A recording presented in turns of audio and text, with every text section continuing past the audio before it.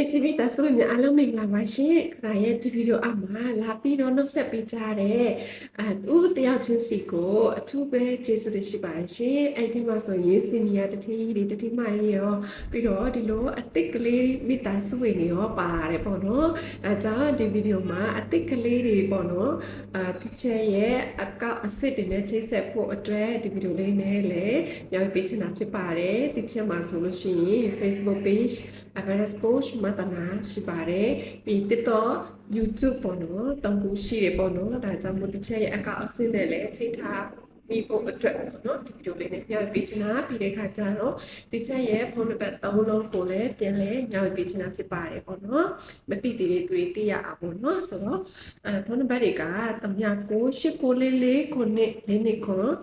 3994441998တမကိုလေးလေးတစ်ကိုနှစ်3နှစ်6 3ဒီနံပါတ်တွေဖြစ်ပါတယ်ဒီနံပါတ်ကနေပြီးတော့တခြားနံပါတ်တို့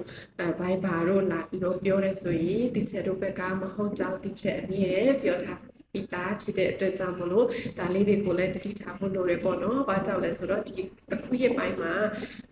ဒီလိုမျိုးအလိမ်တွေကတော်တော်များများလာတယ်ဖုန်းလည်းခေါ်တယ်တချို့က Viber အနေနဲ့လာတယ်နော်ဒီလိုမျိုးလာတာတွေများတဲ့အတွက်ကြောင့်မလို့ကိုဘက်ကမိသားစုဝင်ပေါ့နော်မိသားစုဝင်နေအလိမ်မခံရဖို့အတွက်အထူးကူဆိုင်ကြပါလို့ဒီဗီဒီယိုလေးနဲ့လည်းပြချင်တာဖြစ်ပါတယ်ရှင်အားလုံးပဲကျေးဇူးတင်ပါတယ်နောက်ဗီဒီယိုမှာပြန်ဆုံကြမယ်နော်အားလုံးပဲတတားပါရှင်